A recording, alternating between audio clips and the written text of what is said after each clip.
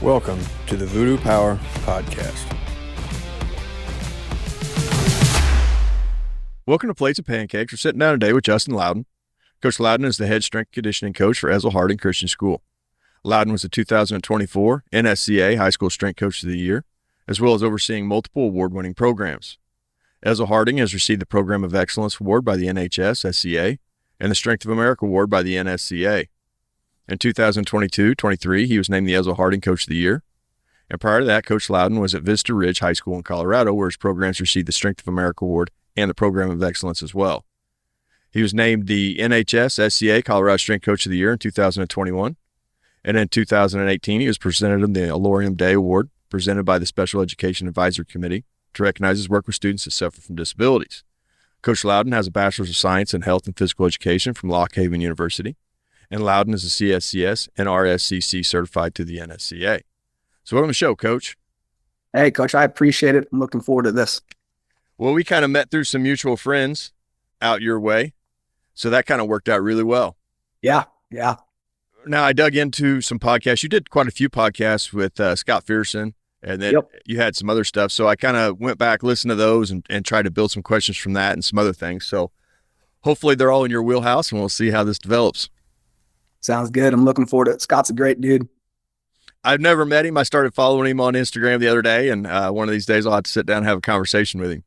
Oh, man, it's fun. You know, he did a youth powerlifting meet not too long ago, and I was fortunate to be able to go up see that and that whole realm, because I've never done much powerlifting or know much about it. So just going up there and seeing how he ran things and what he's doing up there in Concord, it's pretty cool. I was listening, and you guys were talking back and forth different programming ideas, and it sounded like he was conjugate. You might run more of a tier. So it was nice to hear the multiple angles on how you attack training. Oh, yeah. You were a college athlete, and while you were there, you changed your major, and you had to balance academics and athletics. So I don't think high school kids realize how hard that's going to be when they get into the collegiate realm. So with the experience doing that, how are you able to help navigate athletes to understand that, hey, you may want A, but if you want B, you're going to have to adjust? I think a lot of that comes down to that time management. We all teach that a lot. And I kind of teach it a little different way, in the sense of, for us, I give you about 5 minutes to get dressed out after that bell rings. If you're not in that line after that, you're late, right? We got things that need to get done, and we go through it, and you have a certain amount of time. Like, we have about, I think it's 88-minute classes. So you get 5 minutes to get ready. You get 10 minutes to get changed out after the workout. We got to figure out how to get this workout done in between there. In the high school setting, a lot of times you'll see other core classes that will try and get kids out of the weights class, the PE class, to come finish a test or come finish whatever it is. For me, I look at our class, our strength conditioning class, as a class, as that. So I don't allow that. You're not getting out of my class to take another test. You're not getting out of my class to go do something else. We have something that needs to get done, and we're going to get it done. So when we start talking to kids that are coming back from school, from college, that have gone from, high school to college, and talk about athletics, and, I tell them, like, before they leave, you just signed your life to a job. Like, for the next 4 or 5 years, you have a job where you will wake up, you will sleep, breathe a sport that you've gone, and you got to figure out how to get this stuff done. For me in college, I did all my work, all my classes early in the morning. Never been that type of guy that's going to sleep in. I always had that 8 o'clock class, and then I was done by noon and could get my individual session in with wrestling with the coaches, get my homework done, and then be back at practice again at 4 o'clock. So then when study hall time came, and we had study hall in ninth grade, and then our freshman year, I could just review stuff. It wasn't like it was tough for me at that point. So when I kind of explain that to some of our athletes that are going next level, it's like, you gotta really prioritize what's going to matter, and in college at that point, yes, your academics come first, but after that, it's your sport. It's not going to be going out and partying. It's not going to be your friends. It's not going to be the girlfriend or boyfriend. Like, you just signed to commit to play football or basketball or wrestling, whatever it is. You signed. That coach is expecting 111% from you, and that coach is expecting you to give everything. Then that's the expectation. So I'm pretty upfront from the get-go with those kids that have aspirations to go to the next level. Especially when they come in as a freshman, they start talking all this, I'm going to go D1. Well, is that work ethic you're putting in right now at D1? Are you waking up in the morning and thinking about that sport? Are you waking up in the morning ready to come in, put work in? Did you eat breakfast? Did you get water in your system? Or are you just waking up, rolling out of bed and expecting you're going to come to school and everything's going to go the right way? So I kind of look at, when the kids come to me and we're talking, it's more like that collegiate kind of setting, right? That this is my expectations. You're telling me you want this, then let's show it to me. And then, when I talk to the college coaches, when they come in, I've always told kids, I'm not going to lie for you, because ultimately that's not only my word on the line, but that's our program on the line. That's this school's reputation on the line. Like, you gotta do your best inside this classroom, inside the school, inside the weight room, inside your sport, so that when coaches talk to the college coaches, they know exactly what they're getting. And that's the key, right? You're trying to build a program that people trust. You want to build relationships to help athletes. You can't start lying to college coaches. It doesn't work well. No, I had this kid that he ended up getting signed in the NFL. I can't remember what team it was. But man, his work ethic was not good, in Colorado. And he ended up wanting to go to Air Force. And, it was fortunate that I actually coached the Air Force's kid on football, as I was coaching football at the time too. He came in the locker room just talking, and I was like, man, this kid, he's good. I said, but his work ethic's terrible. And he had gone to prep school for the first year before he, was able to actually go up to play for the Air Force. Again, he ended up getting drafted, which was great. And I think he played for a year, and that was about it. It seems to me like some kids take a little bit longer to figure it out too. They usually roll in here their junior year, so they're a little bit late, and then all of a sudden they want to lock down, get it figured out, and get a scholarship pool. A lot of them, that's possible with enough work and the right school. It may not be the school they want to, but they can find a school. But kids just almost wait too long. Yeah. I listened to a podcast the other day with Joe Ken on it, and I think it was with Zach Evanesh, and he had talked about, Joe had said something along the lines of, like, you get those high level college football athletes, those pros, like, do they really need us as strength conditioning coaches, or do we need them more? Right? They're going to be good either way, right? We may just be helping out, so they don't get injured more frequently, or if they do get injured. I think us as strength conditioning coaches, we have our place, and we're trying to better everybody. But you look at the high school setting, you got 4% or 6% go the next level to play. So, when you got classes of 45 to 60, 65, 70 kids, if I sit there and focus on that 6% goes to the next level, what's about the other 94? What am I doing to them? So I think that's, like, for me, my program's a little bit, my program it's built more around that 94%, because if those gen ed kids are getting stronger, then guess what? That other 6% is getting better, getting stronger. They're getting faster. They're getting more explosive. So that's kind of, just kind of looking at, holding that standard to the kids as well. I think when you hold the standards to the kids, then those who do, those 6% that do go to the next level, they already have a standard going into college. They already know what the expectation is. And I think those strength coaches that have been at the next level and played at the next level and compete at the next level, I think a lot of us bring that with us, and then if you've coached, because I wrestled in college and then got out of college and went down to Alabama to help my uncle start this wrestling program down there. And, I kept my expectation as I moved from the athlete to the coach. And then when you go from the coach to the teacher, how do you work those two together? And I think, college athletes that end up doing coach, we have this standard, we have this internal drive that just, we want kids to get better. We want the individuals to get better. So we just continue to hold that standard, if that makes sense. You brought something up in there, and I think about this a lot because I have kids that want to come here. It's not a class. It's not forced. They got to get themselves together, get themselves out here, take care of it all on their own. And I often wonder if it's the gym making the kids or the kids making the gym, because of the standard they hold and the willingness they are to do the work. So that is a very good point they brought on, is like, I think sometimes we can maybe take a little bit more credit than what we might deserve with them upper level kids. Yeah, no, and I think, there's a lot to it. I grew up in a very, blue collar family. It was, you're waking up early, you got stuff needs to get done, and we go through our day working. And that's just the way it was. And that's even to this day. Like, I still get up, my alarm goes off every morning at 2:50, because the only time I have a chance to work out is at 3:30, because I've got a 5-year-old son that we got to leave the house by 5:30 to get up to school. And then I've got, administrators that I work out, or some teachers that I work out. And then we teach all day. And then I've got some after school stuff, and it's a half-hour drive up to school. So by the time we get home, it's 6 o'clock. Well, then right now it's wrestling season. So my 5-year-old kid has wrestling at 7 o'clock. So for me, when do I get a chance to work out? When do I get my downtime or my time? It's early. So it's just, I think a lot of kids, it's, you look at the way they're brought up sometimes too, if parents are ingraining this work ethic, you're going to get that work ethic, and kids that are a little bit more, have that more internal drive to really push themselves and give the best that they can. You're from Pennsylvania. Wrestling's life. You've spent your whole life around it. Obviously, your son's in it now. How is Tennessee wrestling compared to how you grew up in Pennsylvania? Oh, completely different.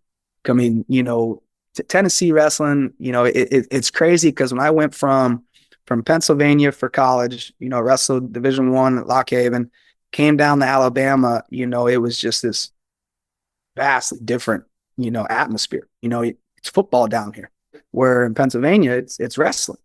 So we moved down here, the technique's not where it needs to be, and then I moved to Colorado, and I'm like, all right, well, the Olympic Training Center is going to be right there. They've got to be, well, you see a little bit higher shift, but not much. And then I moved back to Tennessee, and I'm like, okay, we're back down the South again. Let's see this.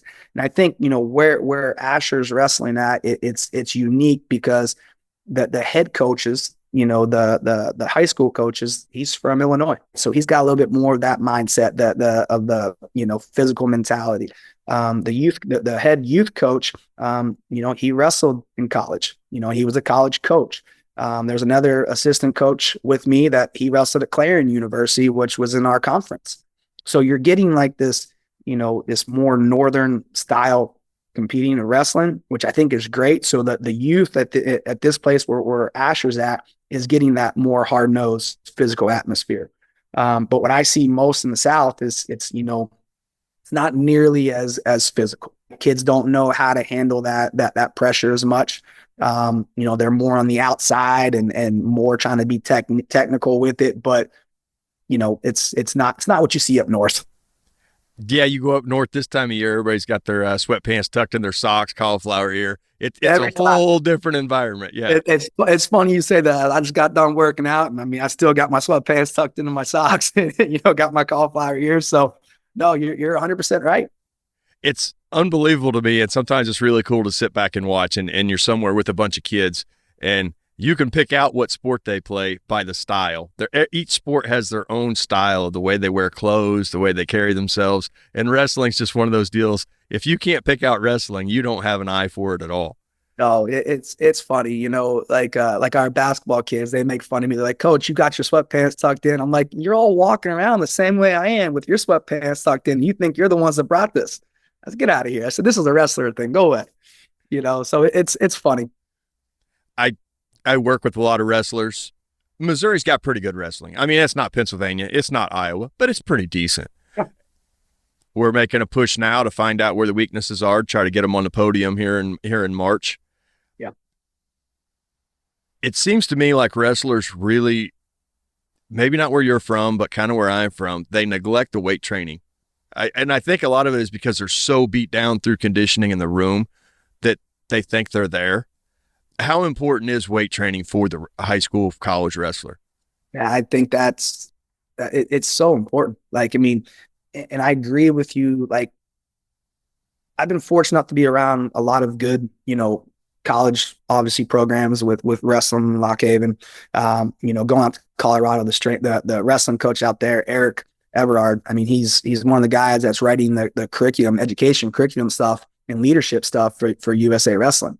And him and I mean, every year he's the only coach I've ever had that would sit down with me at the beginning of the summer and say, hey, here's our annual plan for next year.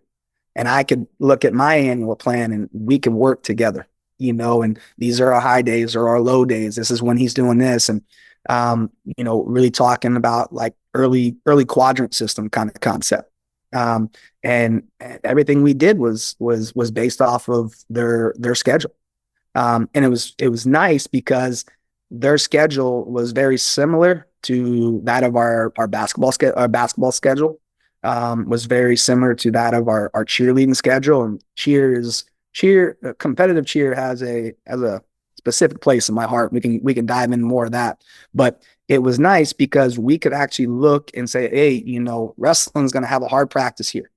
And for me, it was nice going, hey, I know what that means. If they're coming in before the day before or that day of, I can modify some things and I can adjust the workout. But what I end up seeing is there's so many coaches across the country that don't know this, don't know the benefits of strength conditioning, don't understand this concept. So like you said, they go the traditional wrestling workout where I'm going to run them into the ground. They need to get 3, 4, 5, 6 miles in.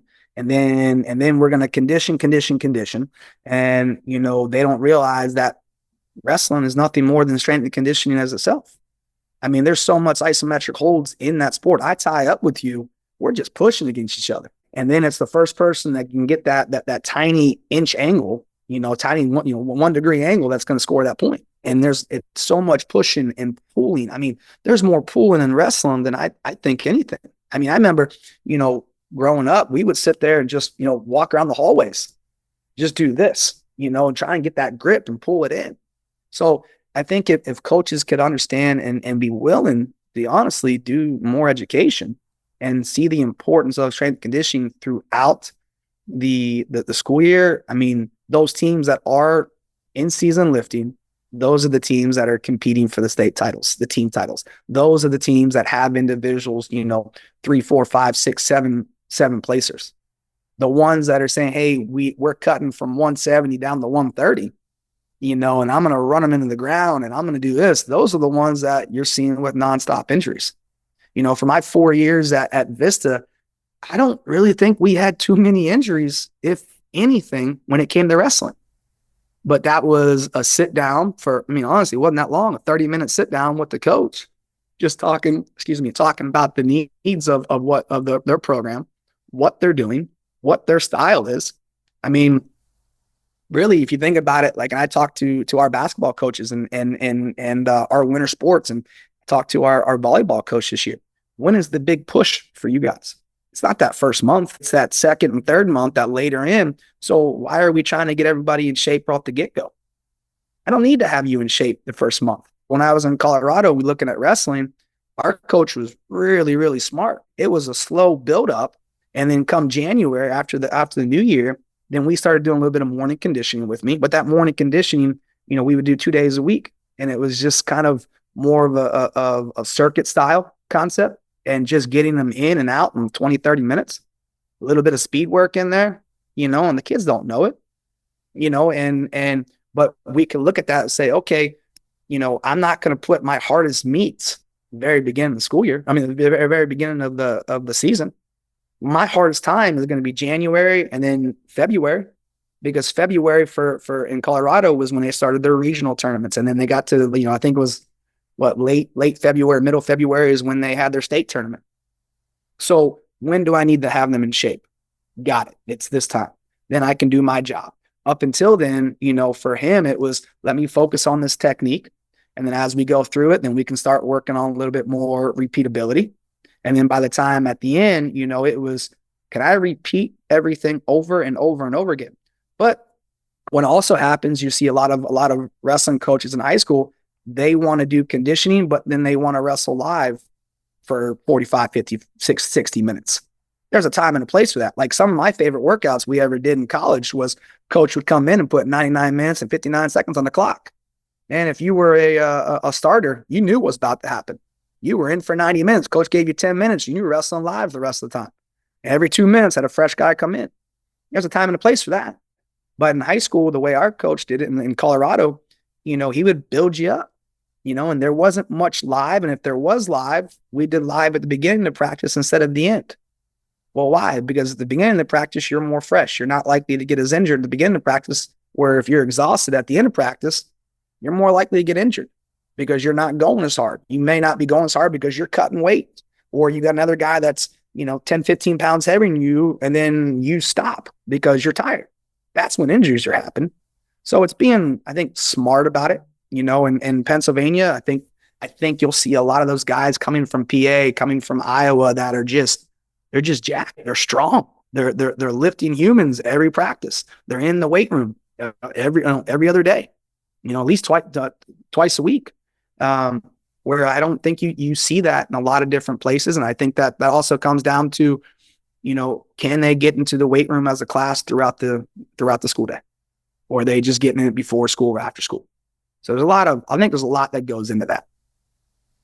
Okay, so there's a ton there to talk about. I didn't necessarily mean to get down the wrestling rabbit hole, but this is great. So you brought up this, and I've thought about it a lot, the concept of being in shape. Why is it so difficult to get coaches to understand that?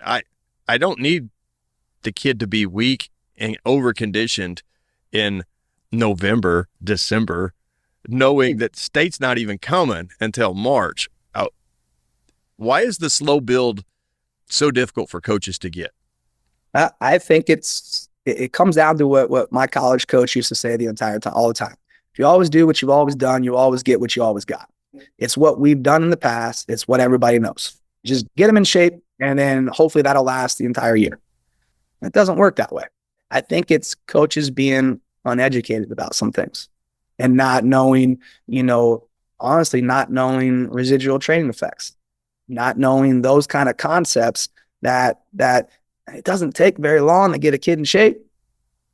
It doesn't, I think back to COVID time. I was fortunate enough to have AD that understood, hey, coaches, you're not getting your athletes back until they're in the weight room or with me for 2 weeks. And bringing kids back from COVID or bringing kids back from being, having a big sickness. It's not hard to get you back in shape. It takes 2-3 weeks, maybe, but getting kids stronger, that's gonna take a little bit more time. I just think that it just comes down to coaches not understanding energy systems, coaches not understanding just basic stuff that maybe we as strength coaches aren't doing a good enough job relaying the message. One of the things that I do every year, and I started this when I came to Ezell, was having an in-service at the end of the school year just for our coaches. And we can talk about this a little bit later. I think one of the questions to talk about is one of the bigger impacts. I got this idea from Coach Garrett Keith having this newsletter. I send a newsletter home every 2 weeks to administration, to parents, to coaches, everybody. And what we're going over in class, guess what? They all get that information. So when we talk about residual training effects, we talk about energy systems, we talk about why we're doing what we're doing, that coaches are getting. So it's just educating coaches. And sometimes it's us strength coaches leaving our egos at the door and saying, well, they should already know this. They don't. They know their sport. That's their job, to know their sport. When we come from, again, I wrestle and I coach the sport. If you would talk to me now, if I would go back to be a head coach now compared to when I was a head coach, vastly different. Vastly different. When I went and started studying for my CSCS, and I was sitting there going, what am I doing? I was the head coach for 1 year as I was training for my CSCS, but I was the head coach for 3 years. And I started changing the way that I was coaching based off the information I was learning because I didn't know. You don't know what you don't know. Same thing with coaches. I think sometimes strength coaches, let's check our ego at the door and go talk to these head coaches and see how we can help them.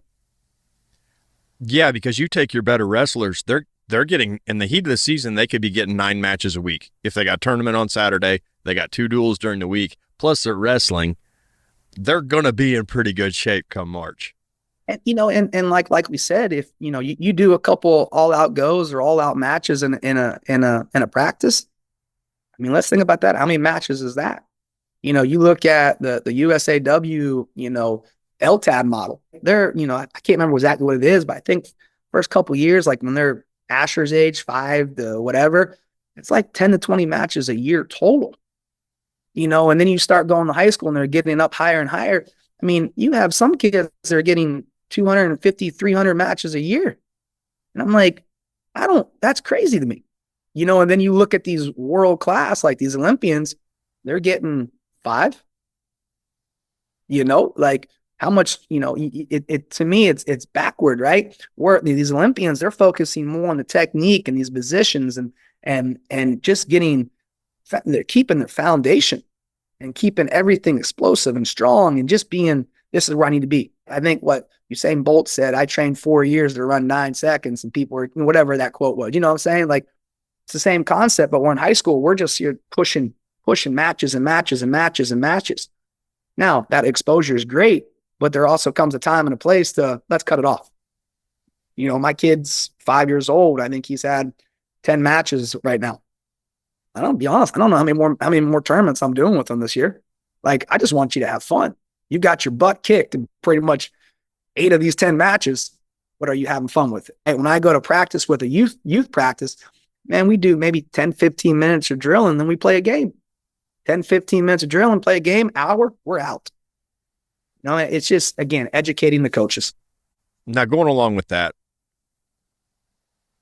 it seems to me like you can lift heavier early season. You can build that up. A lot of those boys are just coming out of football.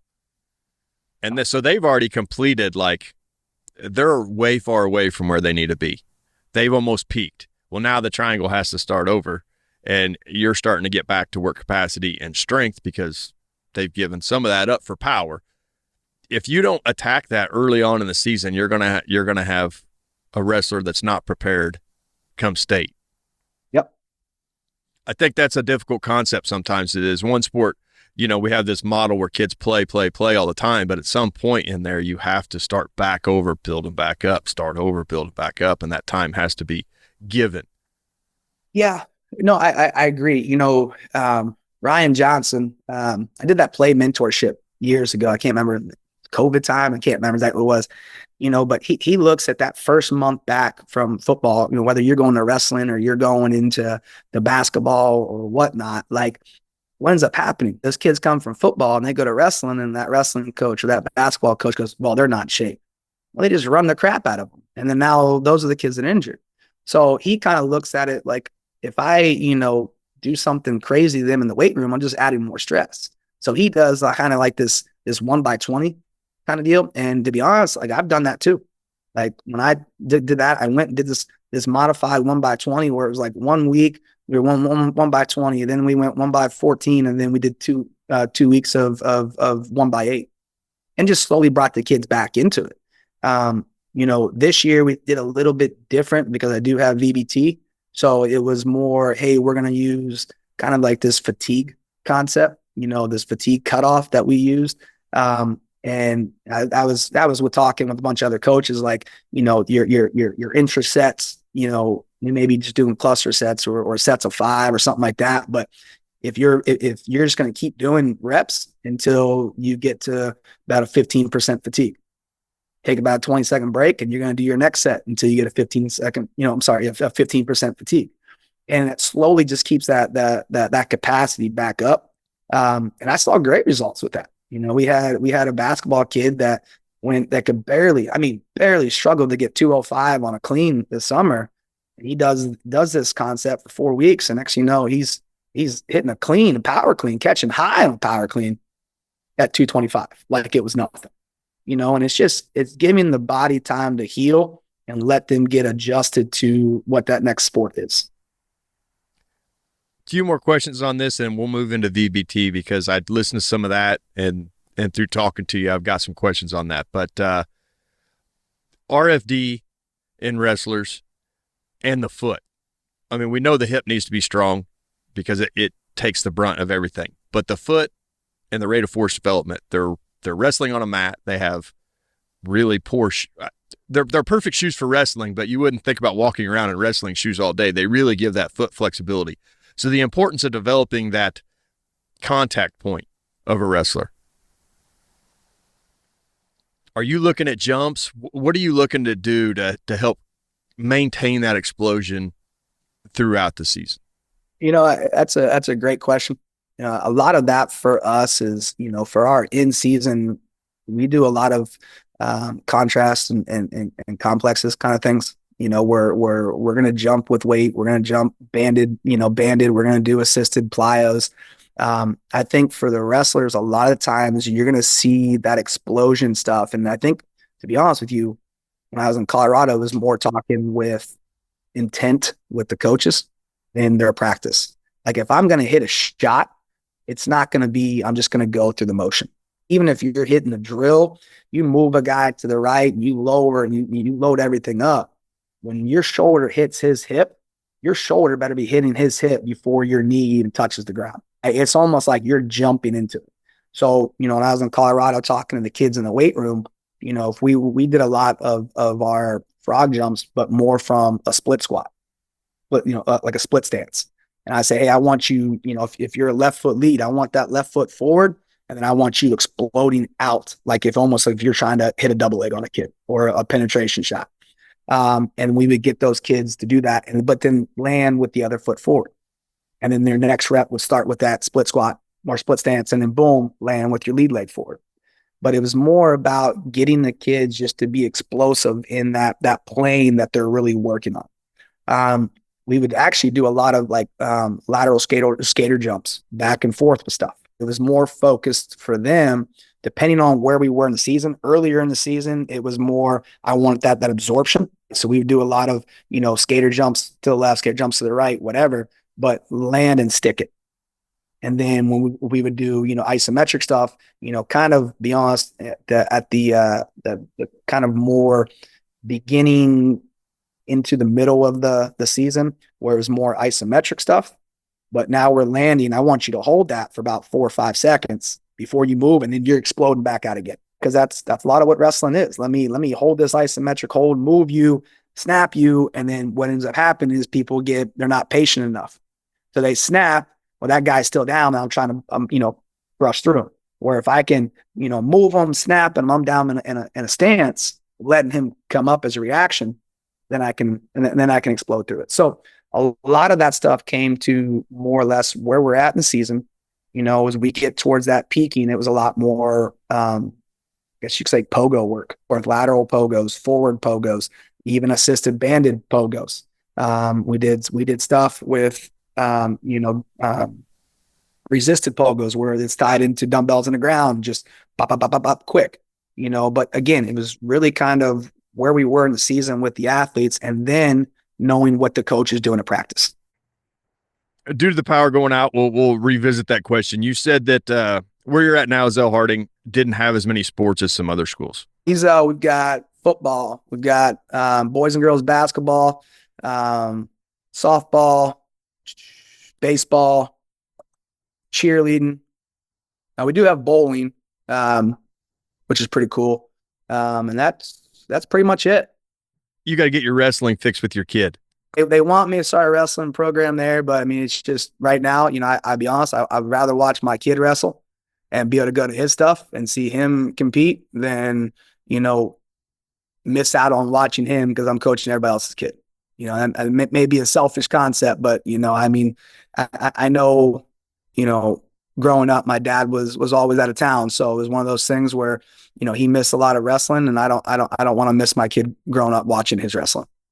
No, I get that for sure. The lights are going to be going off and on. So if you're watching this on video, that's what's happening. We're in the middle of an ice storm doing this. But now this is an offbeat question, and I've often wondered it, and me and my father-in-law have argued this out. But you're from Pennsylvania, so you may have some insight.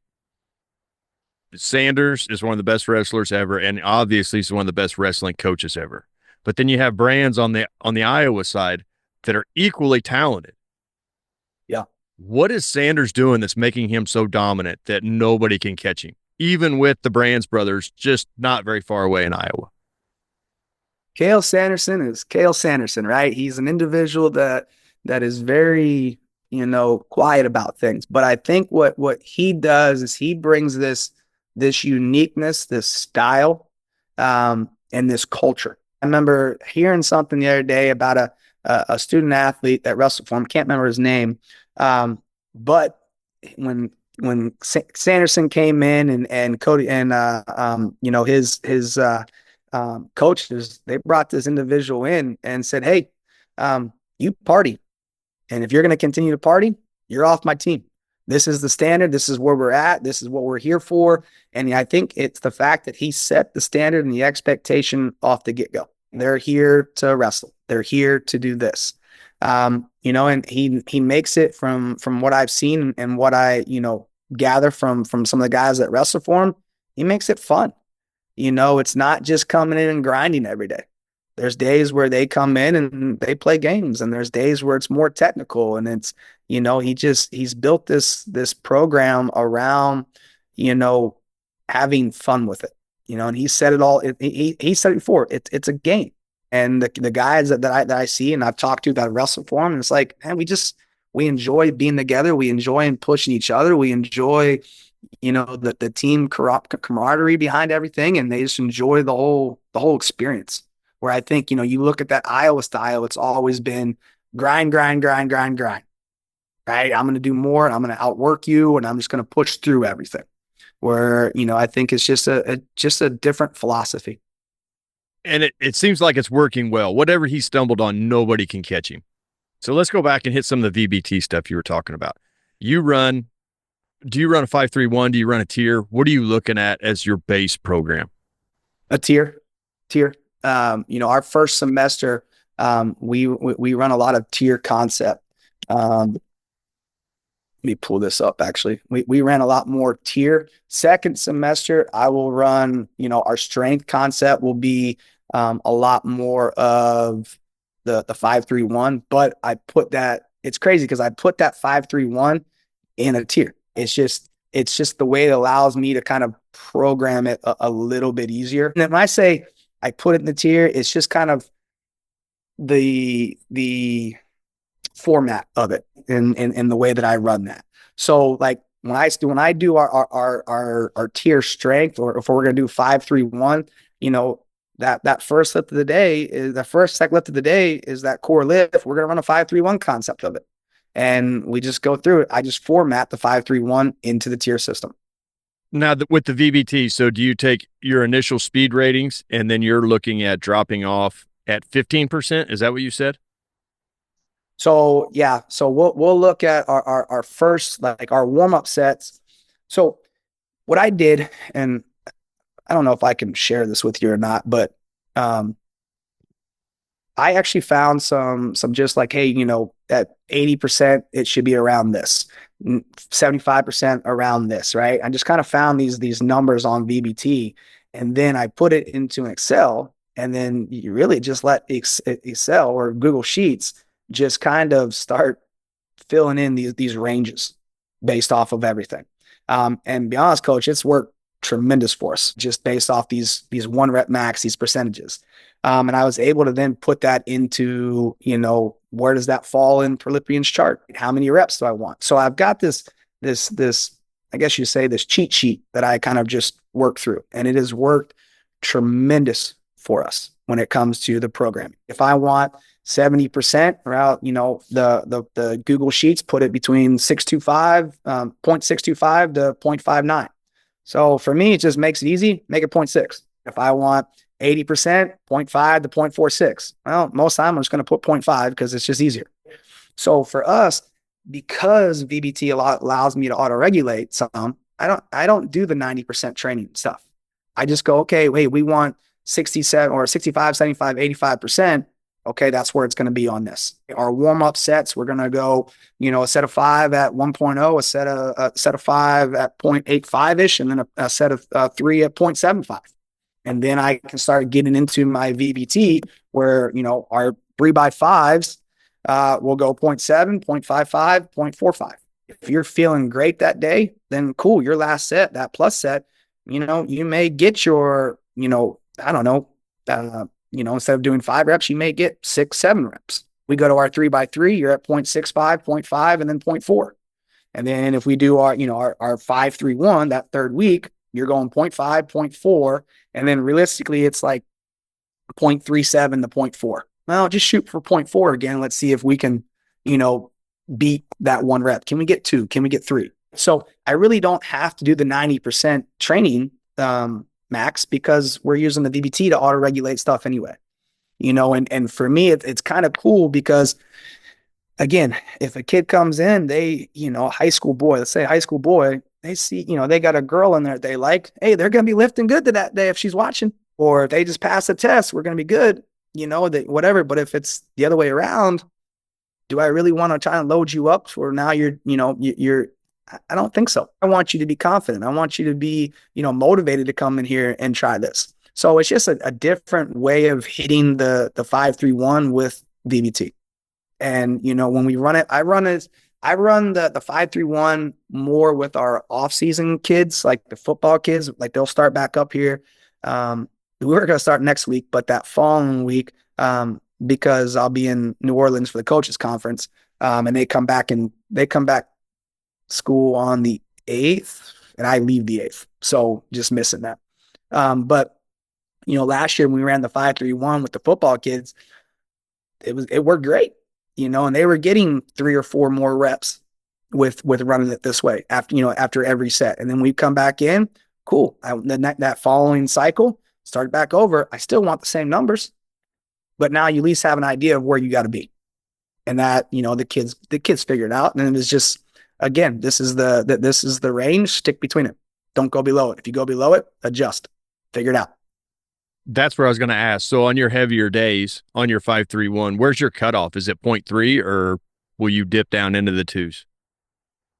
No, for us, like I say, hey, when you're doing that plus set, right, and the heavier stuff, if you're out of season, I'm cool. Like we have Vitru. When you're going in your reps, it'll tell you what your fatigue is. It'll give you like, hey, you're at 10% fatigue in this set. You're at 15% fatigue. If you're out of season, you're gonna keep going until either 2 things happen. 1, your form breaks down, or 2, you hit 20% fatigue in that set. Done. And and I asked, Eric McMahon from the NSCA, because he did a lot of VBT stuff, and that's where I got the 20%. Talked to Dr. Mann about that at what was it, coaches conference last year down in Florida, and he was like 20%. That's where I go. Okay, and then if I use like this fatigue cutoff, it's just the thing that I don't really use velocity cutoff or drop offs as I do more of this fatigue. I may run it a little different. Prime example, when I'm doing an explosive power phase, with my older kids, my block 2 kids, I have no idea how many sets they're going to do. I'll say, hey, I want 3 reps, and you're going to keep doing 3 reps. You're not going to end the set. Like with Vitru, right? You can hit end set.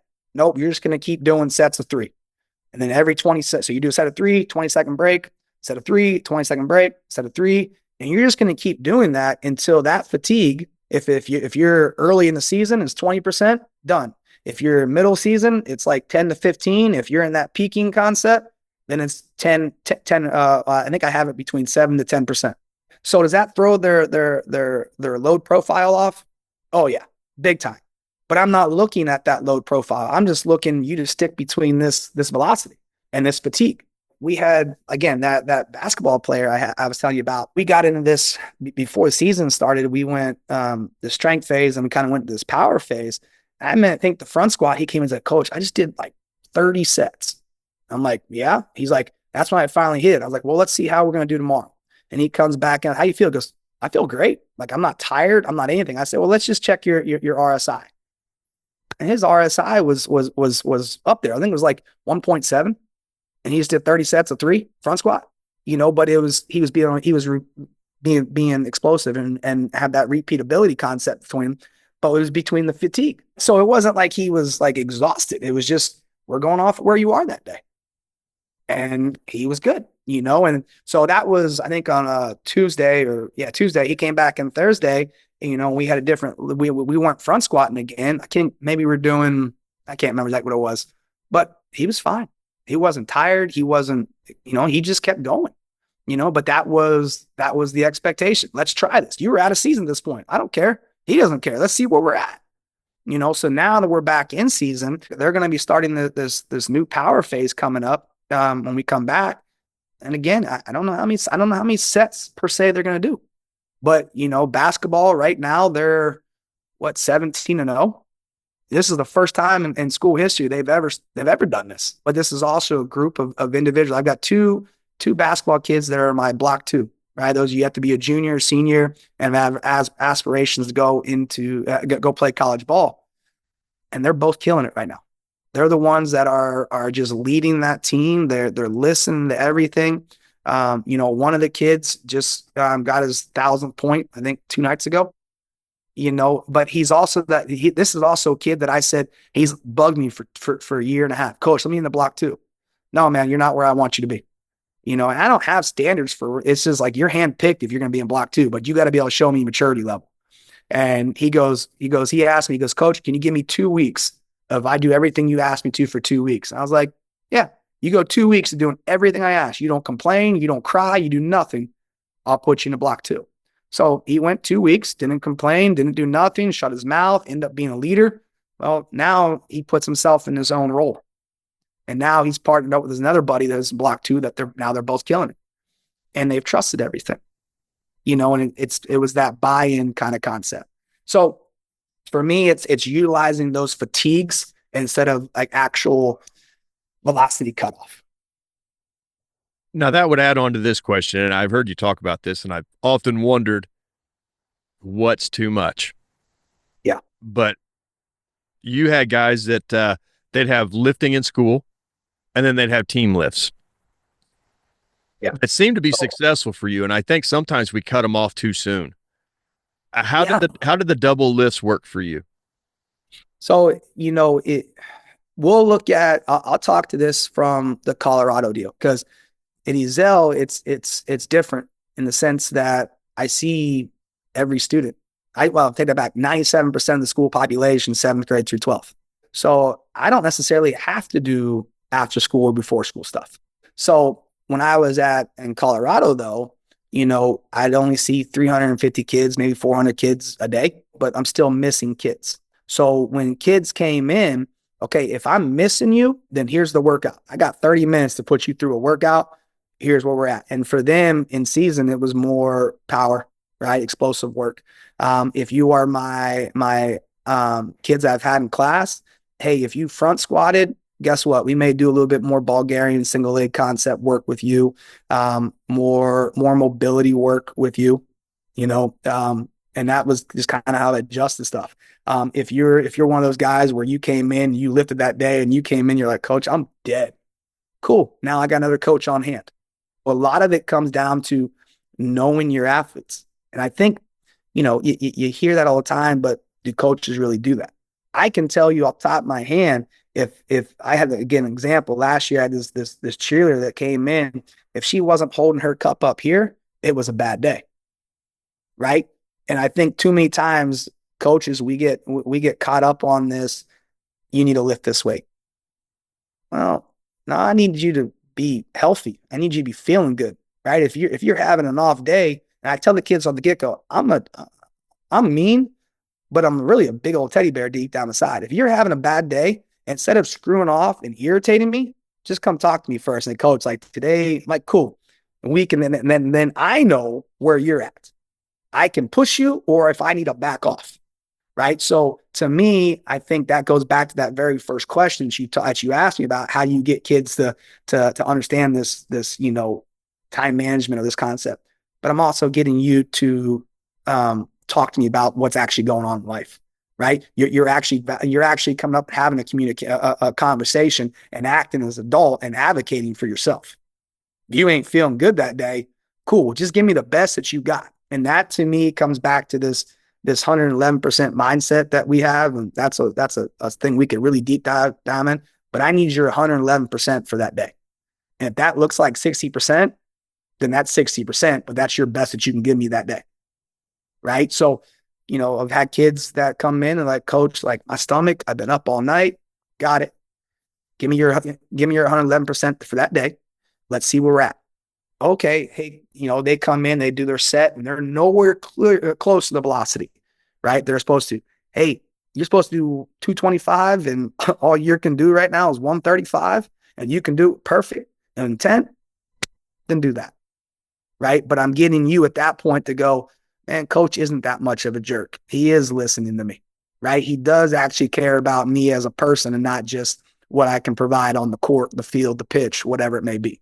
And then to me, you get a little bit more buy-in, right? And then that goes into why you're having a successful program, why your athletes are prepared to go out and compete, why your athletes don't want to let you down. That would lead into this next one really well. Creating buy-in at the high school level. You've been around the Midwest, you've traveled a little bit, you know all these small colleges that exist all throughout middle America. A lot of them don't have really, they may not even have an S&C program, yet they have athletics. So creating an athlete that is prepared to overcome the obstacle of the school they may be going to and understanding what they need to do to get themselves in shape. How have you seen that develop through the years? Oof, that's a question that it'll take a little bit of time, right? I think about a couple things. How are, if for me, an example, I'm fortunate enough that I got 7th grade through 12th. So I did some math, and if I get them 7th grade through 12th, let's say just on average 3 times a week, I'm going to see them just shy of 800 times before they graduate in 6 years.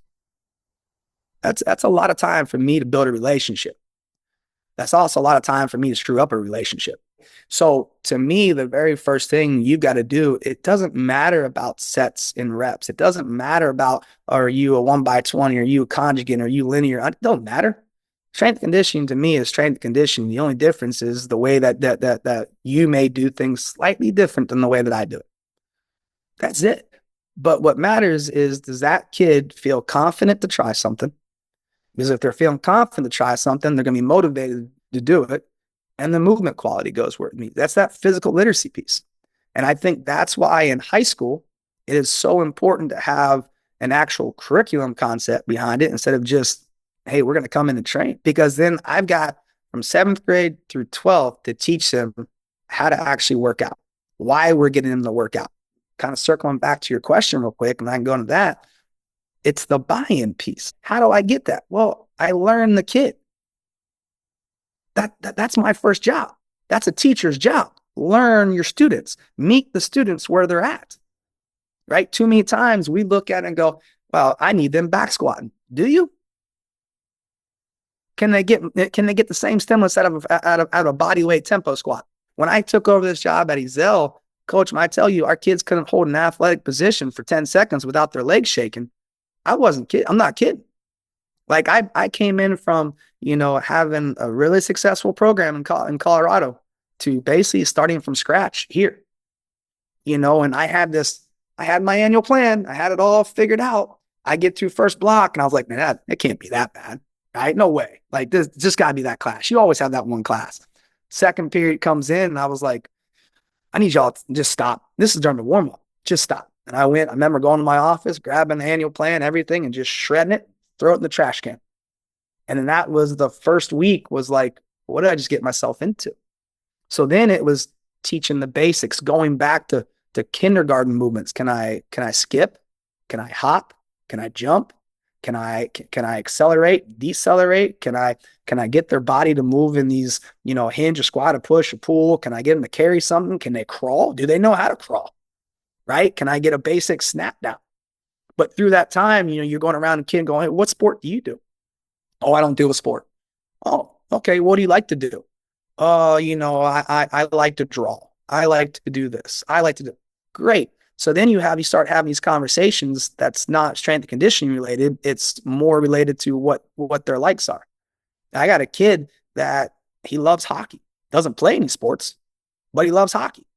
I don't know anything about hockey. So I had to go talk to him, find some stuff out about hockey. And now this kid's loving coming in the weight room. So to me, you want buy-in from your athletes, then your job is to go do some research and to figure out what they like. What are they into? Right? I get a lot of gen ed students that, again, we're in the high school settings, you'll see this a lot more in the public setting.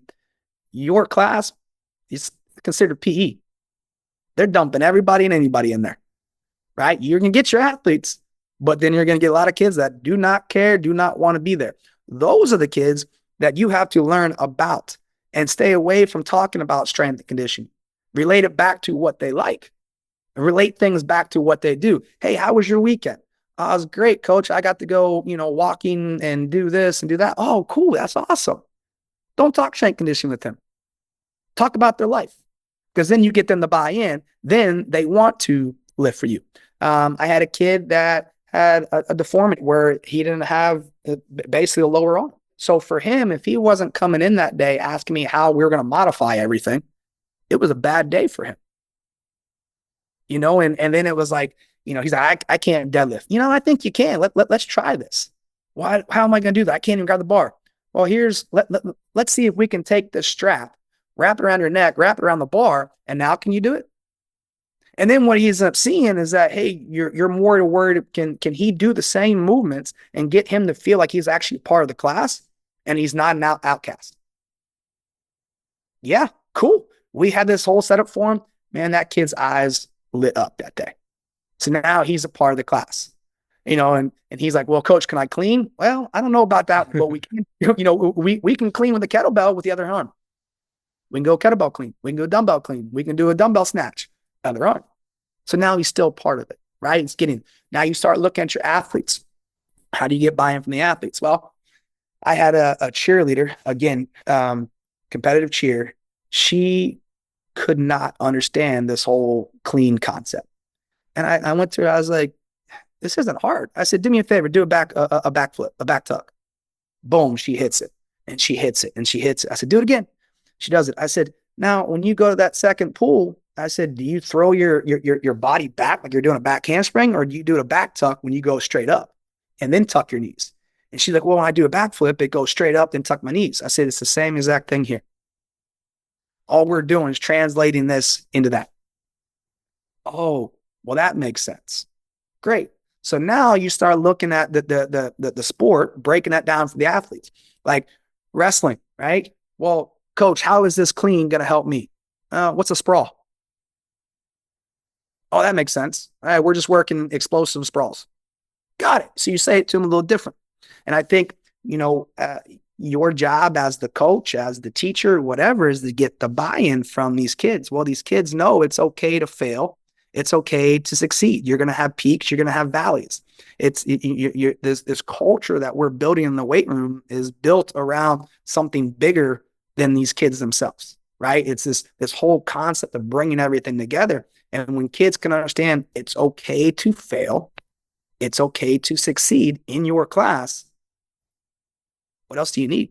I'm here to teach you strength and conditioning.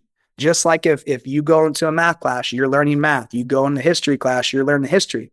My job as a teacher is to teach you strength and conditioning. I just do that a little different. I look, based off this curriculum concept, but then I end up getting you to buy in.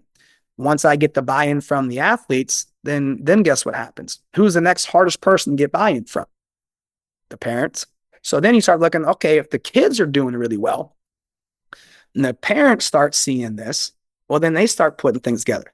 But what's the other issue that you have getting parent buy-in?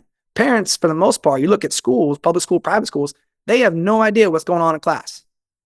Why? Because nobody says it. And they ask a high school kid, hey, what'd you do today in class? Nothing. That's what you get all the time. So for me, again, I got this from one of my huge mentors, Garrett Keith. Every 2 weeks, I send a newsletter home, right? These parents, these coaches, my administrator, they know exactly what's going on. Beginning of the school year, here's our annual plan. This is subjective to change, depending on how the kid's data is going, depending on this, right? If I go over my nutrition unit, which is what I do, around October, November, well, why do I do it then? Because that's when Halloween is. That's when Thanksgiving is. That's when kids are overeating everything. That's when you're starting to see this transition from fall sports into winter sports. So when we start talking nutrition, well, I have a coach's corner in that newsletter. So now the parents are getting that nutrition stuff. The coaches are getting that nutrition stuff. The administration's getting the administration stuff, the nutrition stuff, everything. So I'm educating everybody. And then what do you continue to do? You get administration to buy in. Well, how do you get administration to buy in? Well, you provide a curriculum, because let's face it, you're still in the education setting. Are you educating these kids? That's what they want to know. And if you're educating the kids, then they're happy. But you're also providing them a safe spot where, again, like we said, the kids can fail and they can succeed, and they see what you're doing. So you go from the students, you go to the parents, you go to administration, and then your coaches buy in. And to me, I always, everybody's like, what about the coaches first? Yeah, that's great. But if my kids are buying in, the parents are buying in, then guess who the kids and the parents are talking to? The coaches. But who is also seeing that? The administration. And if your AD gets to see the kids and the parents are buying in, I bet you those coaches are going to buy in too. Because if they're not, is that coach going to be around much longer? Probably not. That's just the what I've kind of seen. Unless it's that coach that is the lifetime coach that has the most winning teams in all of the state. Most of the time, I see it's the parents. I'm sorry, the kids, the parents, the admin, and then your coaches buy in too because they don't have a choice.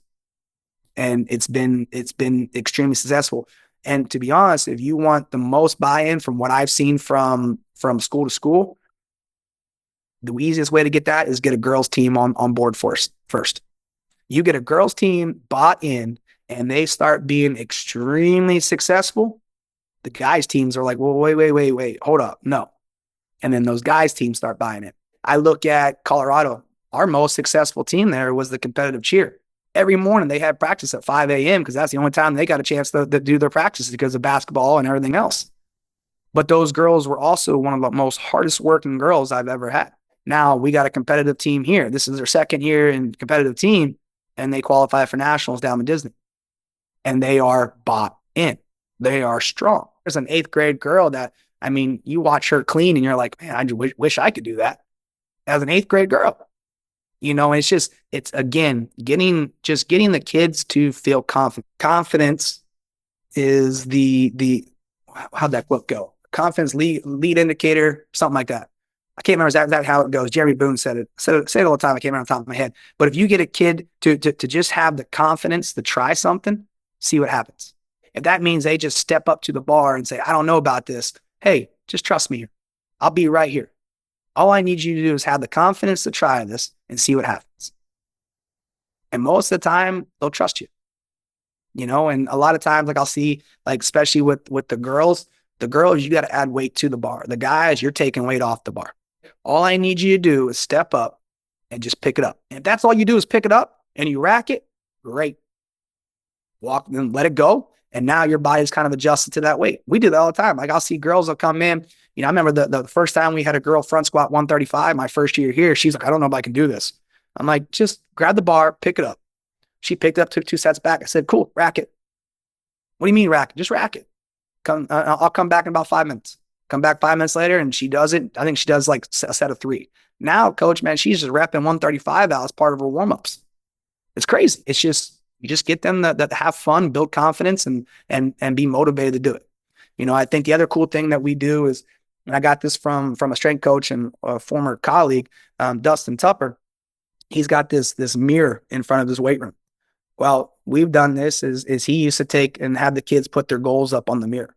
So we've got these, expo markers that are sitting by the mirror. I need your short-term, a medium-term goal, and a long-term goal. Your short-term, something you're going to try and compete, you're going to try and break in the next month, medium by the end of the semester, and then your long-term by the end of the year.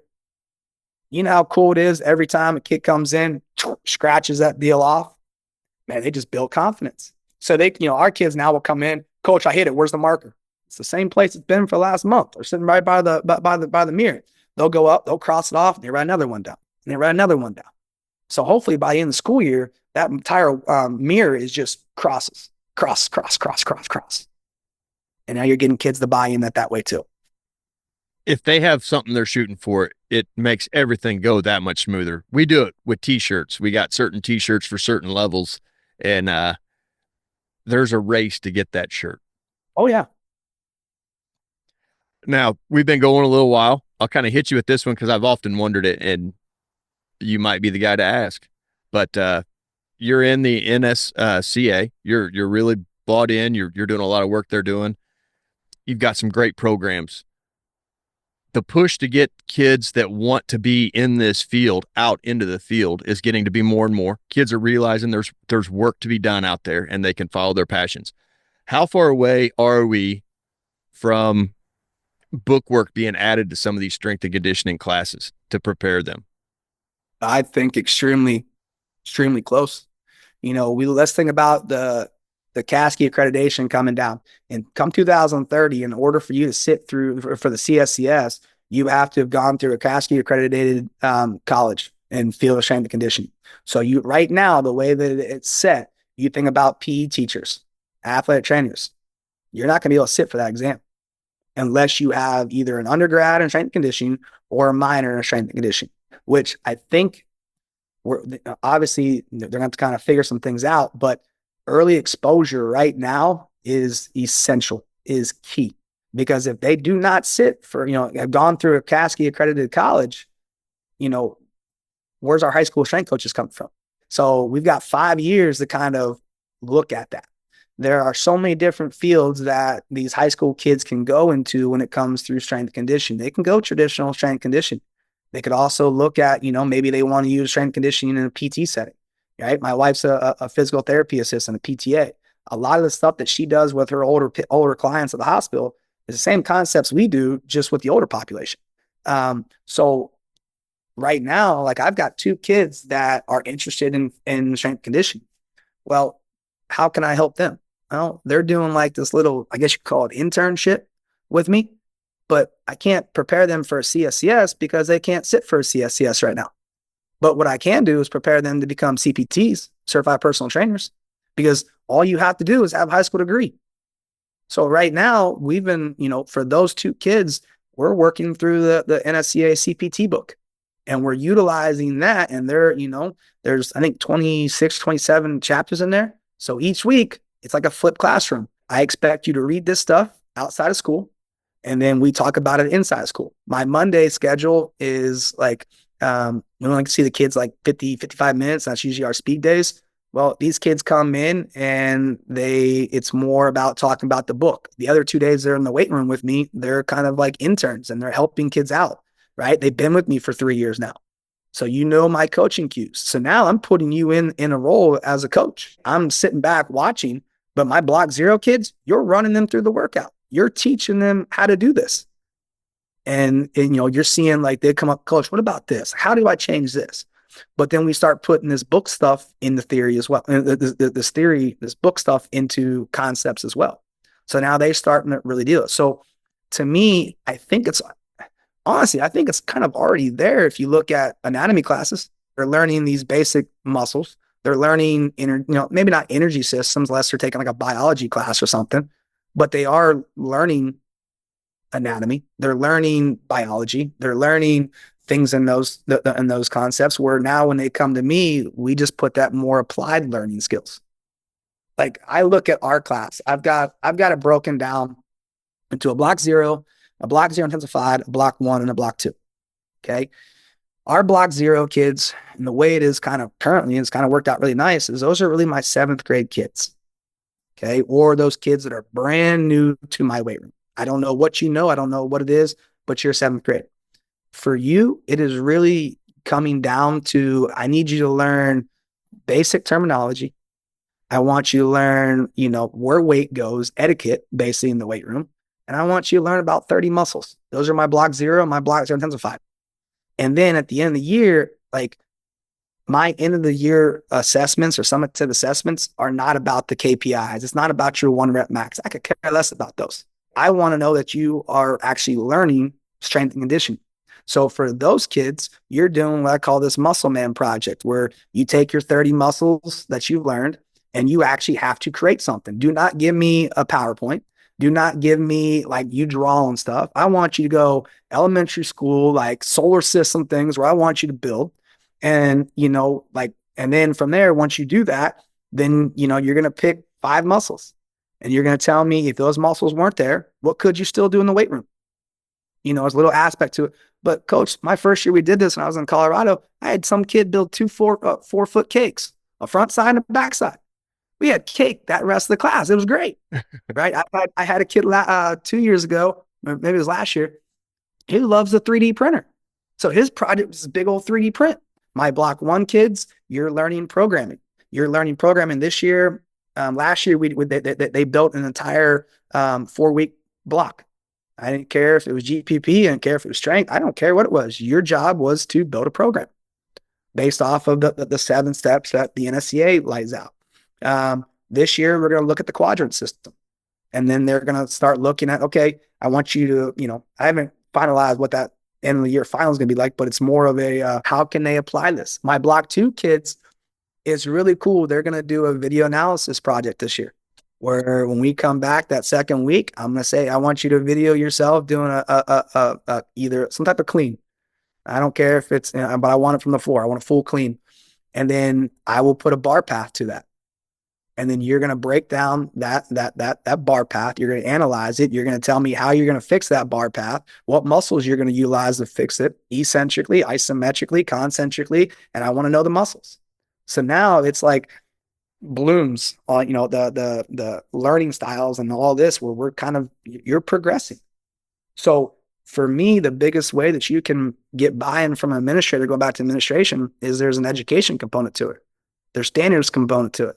It's a curriculum, right? It's this standard-based sequence of planned events where kids are learning the content and learning applied learning skills.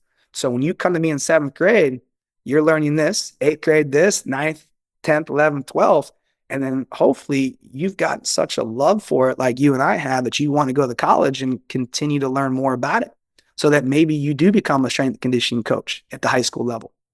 But now you've got a background in understanding all this stuff already when you go to college. Man, that's pretty cool, because you get around some of these kids and they want to know so much more about it. They want to know every why, and they want to question, well, if we do this, what happens? If we do that, what happens? This is a kind of a platform that you can say, okay, here, let's start doing this and see if it answers your questions, or if this is something you want to do, so that you're adding that in there. It's really an incredible opportunity for those kids that want more. It is, and again, like I go back to something that I think I struggle with as a strength coach is, you see these teams in Texas, and you see these teams or these programs in Texas, and these programs in the South, where it's all about football. And I'm like, that's great and everything, but my job's not to get these kids to peak in high school. My job is to get these kids to become physically literate individuals, so when they leave me, they're not on the fail reels on YouTube because they don't know what the heck they're doing. So to me, it's always been about not about that 6% that goes next level. It's about that 94 that can continue to improve and can live a healthy lifestyle. So when they leave me, they know how to program them for themselves, some basic programming. They if they want to, eventually, when they get older and they have a kid, can they lift with their kid and teach them the proper ways? Like I'm fortunate enough that I've got a little 5-year-old kid that he wakes up and he sees dad lifting. He's in the weight room all the time. I went up to Scott's Furson's powerlifting thing, and man, I got inspired. I'm like, man, his daughter's 5 years old and she's over here squatting. I'm like, why isn't my kid doing this? So I came back and, Asher's going to work out after this, and he's happy about it, but it's something that's fun and he's enjoying it. And it's a 15-minute workout. Cool. And then we can go have fun the rest of the day, buddy. We can do some other stuff. So, he's being a kid. He's jumping off boxes, and I think the other thing that I've done in school, where, Asher's in kindergarten right now. And last year when he was in pre-K, I would go down and talk to his teachers. I'm like, look, anytime if you're having a struggling day, tell your kids, text me, bring them up to the weight room. My kids we'll stop lifting. Let the kids play, because what's happening then? Like I remember last year we had his teacher text me, can we come up? Our kids need to be running. Yes. Bring your kids up. I told my class, hey, we're done lifting for the day. What do you mean we're done? Asher's kids are coming up. Yes. Their eyes were like, what are we going to do? I'm like, let's build an obstacle course for these kids. Man, my 30 kids were like, got it. And they jump to it. Why? Because they're enjoying that too. They get to see kids. And it's not just about coming in and going through the grind every day. Now they get to have fun with the little kids and they get to go back to their elementary PE days and, bring a parachute out every now and then. Make it fun. And then you're going to get more buy-in from them. But then you also get these kids that when they do go to the next level, or they want to be a high school strength conditioning coach, they understand it's not just about always coming in and grinding. It gives them room, and it means more to those little kids than I think we ever realized when we're in high school. It means a tremendous amount for them little kids to get in around the people they look up to. It does, because then they remember, oh, I remember when Coach Loudon did this when I was in kindergarten. Prime example, last year, pre-K wasn't part of field day. And I said, I got a PE background. I'll do them. Our class will do a field day for the kids. Really? Yeah. So we put this field day on. Me and another teacher did leadership. We spent the whole morning just doing a field day for those kids. And my classes came out and they were part of it, doing, potato sack races and water stuff. And it was just fun for the kids to be kids again. Going back to really that LTAB model. Can you have fun and jump and play and roll and hop and skip and have fun with it? Well, Coach, I appreciate you so much working through the power outage. I was afraid this would happen, and it did. We're getting quite a bit of ice and snow here, but you worked through it all. We lost communication. We got it back up and going. I can't thank you enough for sitting down here and dealing with all of this mess. Oh, you're more than welcome. It was fun. I appreciate it. I really enjoyed talking the wrestling, and I didn't mean to get down that road, but being you're from Pennsylvania, your background in it's so versed that it was nice to be able to ask some questions. Yeah, of course. Anytime. Well, I hope you don't get the weather we're getting. I know you said it was raining out there. Hopefully it doesn't turn to ice, and you and your son can work out and have a good rest of your day. Will do, Coach. I appreciate it. Thank you. Thank you.